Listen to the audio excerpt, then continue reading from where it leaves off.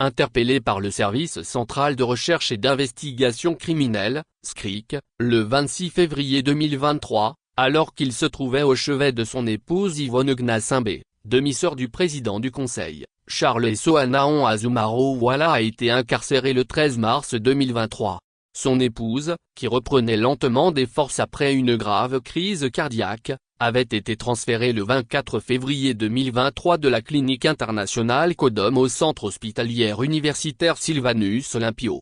Accusée à tort de ne pas lui avoir porté secours, M.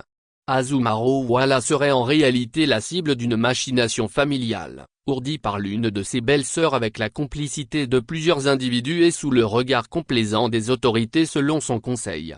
Lors d'une conférence de presse tenue le mardi 23 septembre 2025, son avocat, Mzee Ata Messan Najavon est revenu sur cette affaire. L'avocat a levé le voile sur les zones d'ombre du dossier et a livré une analyse approfondie de la situation. Retour sur les faits. Selon le récit de Najavon, tout bascule dans la nuit du 22 février 2023. M. Wala Azumaro rentre à son domicile aux alentours de 23 h et découvre que son jeune fils de 5 ans attend toujours pour dire bonne nuit à sa mère. La ménagère lui indique que Madame Yvonne Gnassingbé, épouse de M.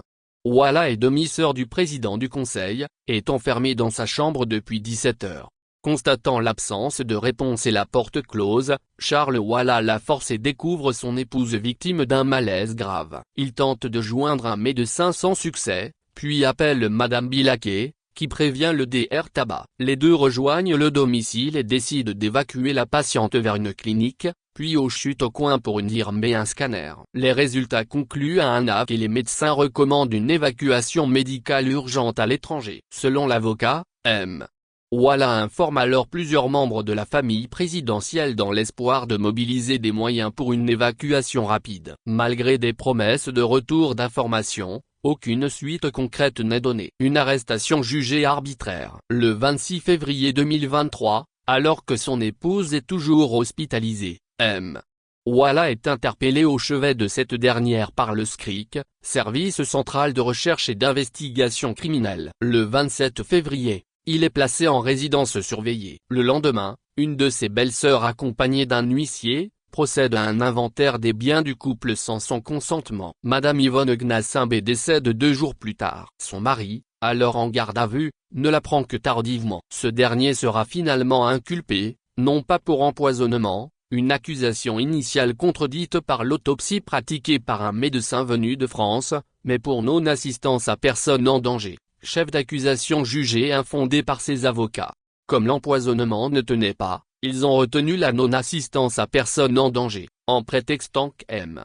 Wala a préféré prier avec sa conseillère spirituelle plutôt que d'amener sa femme à l'hôpital. Pourtant, il l'a conduite aux urgences à 2 h du matin, rappelle Najavon. Le dossier, transféré au bureau du procureur depuis juillet 2024, n'a toujours pas été transmis au juge à ce jour, en violation flagrante de la procédure.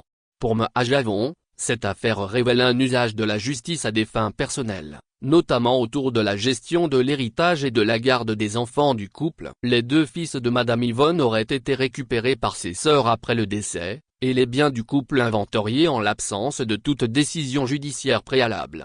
Il dénonce également une lenteur judiciaire inexplicable. Le procureur, le ministre et moi étions convenus d'un renvoi du dossier devant un juge avant le 13 juin 2025. Aujourd'hui, nous sommes le 23 septembre, et le dossier reste dans les tiroirs du procureur. Une détention prolongée au mépris du droit. Selon le code pénal togolais, la peine maximale pour non-assistance à personne en danger est de 5 ans. Najavon rappelle que pour un délinquant primaire, la loi permet une libération de droit à mi-peine. Charles Wala, en détention depuis mars 2023, a donc dépassé cette durée au 12 septembre 2025. Nous avons officiellement écrit au procureur pour exiger sa libération, ainsi que celle de Madame Bilaké. En principe, ils auraient dû être relâchés au plus tard le 15 septembre. Ce maintien en détention est illégal. Un nouveau chef d'inculpation, l'inceste, sur la base de faux documents. Plus grave encore, alors que le délai légal de détention touchait à sa fin, une nouvelle accusation est portée contre Charles Wala, celle d'avoir abusé de son propre fils alors âgé de 8 ans, aujourd'hui 15,